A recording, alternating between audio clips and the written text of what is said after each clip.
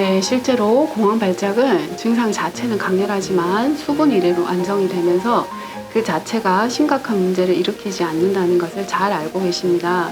그럼에도 불구하고 환자들이 평소 가지는 불안과 이로 인한 생활의 제약은 상당히 큰 편인데요. 바로 예기 불안 때문입니다.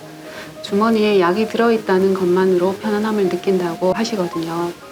내가 어찌할 수 없을 때 바로 도움을 받을 수 있다는 그 자체만으로도 불안하지 않다는 거죠. 어떻게 보면 이런 상태는 사실 증상이 없다 뿐이지 치료가 되었다고 볼 수는 없습니다. 공황 발작의 원인이 되는 신경학적인 불균형과 실제적인 문제를 해결해 줌과 동시에 인지적인 오류로 인해서 발생하는 불안을 다루는 법을 익히는 것이 필요합니다.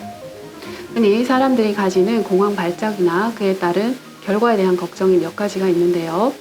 우선 내가 심장 질환이나 어떤 발작 장애가 있는 것은 아닌지에 대한 걱정이 있고요.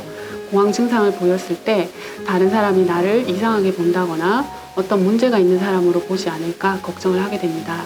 더불어서 내가 이러다가 미치거나 나 스스로를 통제하지 못할 것 같다는 정신적 기능에 대한 걱정까지 들게 되면 무척 불안해지게 마련입니다. 그러다 보니 공황 발작이 일어났던 상황이나 내가 나를 통제할 수 없는 상황을 해소하고자 하고 자꾸 회피하려고 합니다. 예를 들면 숨이 차거나 심장이 두근거리고 땀이 날 만한 신체 운동을 피한다거나 공황 발작이 일어날 경우에 도움을 받을 수 있도록 항상 다른 사람과 함께 움직인다거나 집을 떠나거나 대중교통을 이용하거나 쇼핑을 가는 것처럼 광장 공포가 일어날 것 같은 상황을 피하는 행동을 하게 되는 것입니다. 네, 주로 공황장애가 있으신 분들이 하는 대처 방법인데요. 사실 장기적으로는 비효율적인 방법입니다. 가장 많이 쓰는 방법이 회피입니다. 말 그대로 공황 발작이 일어날 것 같은 상황을 피해버리는 것이죠. 예를 들면 사람들이 많은 곳을 피한다거나 대중교통을 타지 않는다거나 운동과 같이 심박동이 빨라지는 상황을 회피하게 됩니다. 심해지면 사람들과의 만남 자체를 자꾸 꺼리게 되죠. 이렇게 상황을 회피하면 단기적으로는 불안을 떨어뜨리지만 장기적으로는 더 심한 불안을 유발하게 됩니다. 또 주의 분산을 시키는 방법으로 시끄러운 음악을 튼다든가 텔레비전을 켜놓는다거나 친한 사람에게 전화를 건다든지 해서 그 불안한 상황에 집중되지 않도록 하는데요. 이 방법은 꽤 도움이 되기도 합니다만 결국 장기적으로는 근본적인 방법은 아닙니다. 부러진 책상 다리를 잠시 테이프로 고정시켜 놓은 것과 비슷합니다.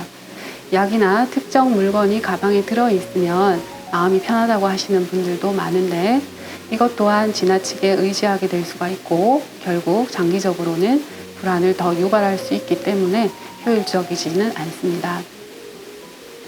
가장 위험한 대처 방법 중 하나는 바로 알코올입니다. 많은 분들이 불안이나 공황에 대한 대처법으로 술을 마신 적이 있다고 하십니다. 술을 마시면 일시적으로는 불안감이 감소되기 때문인데요. 처음에는 소량으로도 이완이 되지만 차츰 더 많은 양의 알코올을 필요로 하게 됩니다. 또 술을 마시는 동안은 불안이 감소가 되지만 다음날 불안이 더 심해지는 것을 경험했다고 하십니다. 당장의 불안감 해소를 위해서 알코올에 의지하는 것은 매우 좋지 않습니다.